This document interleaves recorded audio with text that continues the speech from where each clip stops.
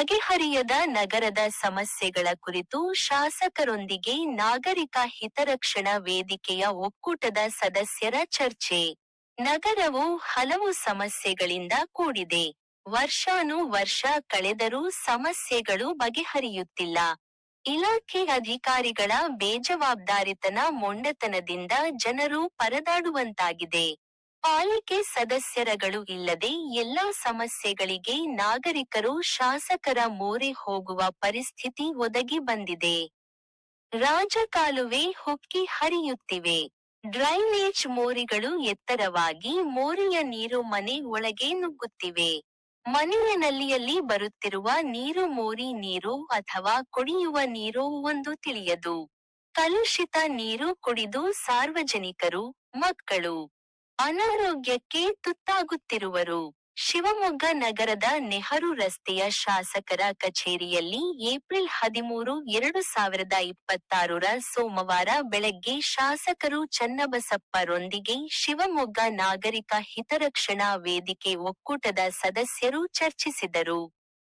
ಸಾರ್ವಜನಿಕರಿಗೆ ಓಡಾಡಲು ಕೆಲವು ಕಡೆ ಫುಟ್ಪಾತ್ ಇಲ್ಲ, ಹಾಳಾಗಿದೆ.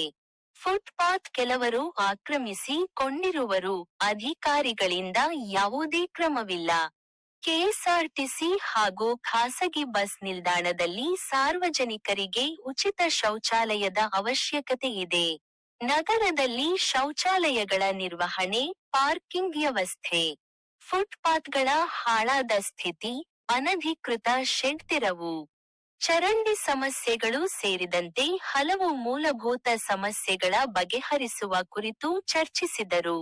ಗೋಪಾಲಗೌಡ ಬಡಾವಣೆಯ ಬ್ಲಾಕ್ನಲ್ಲಿ ಮಳೆ ಬಂದಾಗ ಮನೆಗಳಿಗೆ ನೀರು ನುಗ್ಗುವ ಸಮಸ್ಯೆ, ಜೈಲು ರಸ್ತೆ ಮತ್ತು ರಾಜ ಕಾಲುವೆ ಸಮಸ್ಯೆಗಳು, ವಿದ್ಯಾರ್ಥಿಗಳಿಗೆ ಫುಟ್ಪಾತ್ ಅಗತ್ಯ, ಎಂಆರ್ಎಸ್ ವೃತ್ತದಲ್ಲಿ ಶೆಲ್ಟರ್ ನಿರ್ಮಾಣ ಮುಂತಾದ ಬೇಡಿಕೆಗಳನ್ನು ಮುಂದಿಟ್ಟರು.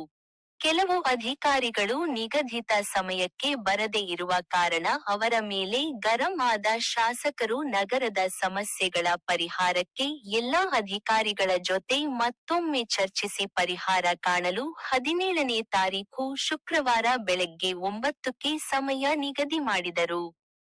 ಸಭೆಯಲ್ಲಿ ಶಿವಮೊಗ್ಗ ನಾಗರಿಕ ಹಿತರಕ್ಷಣಾ ವೇದಿಕೆ ಒಕ್ಕೂಟದ ಅಧ್ಯಕ್ಷ ಎಸ್.ಆರ್. ಗೋಪಾಲ್, ಕೆ.ವಿ. ವಸಂತಕುಮಾರ್, ರಘುಪತಿ, ವಿನೋದ್ ಪೈ, ನಾಗರಾಜ್ ಶೆಟ್ಟರ್, ನಾಗರಾಜ್, ಸೋಮಶೇಖರ್, ಪ್ರಕಾಶ್, ಚನ್ನವೀರಪ್ಪ ಗಾಮನಗಟ್ಟಿ, ಹಲವರು ಮೆಸ್ಕಾಂ ಅಧಿಕಾರಿ, ಜಲಮಂಡಳಿ ಅಧಿಕಾರಿಗಳು ಹಾಗೂ ಇತರರು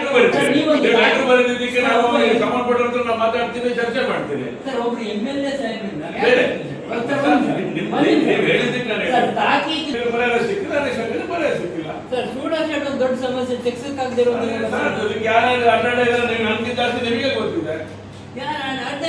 ಕಾನೂನುಬದ್ಧವಾಗಿ ರಸ್ತೆಯನ್ನು ಮುಚ್ಚಿಬಿಟ್ಟು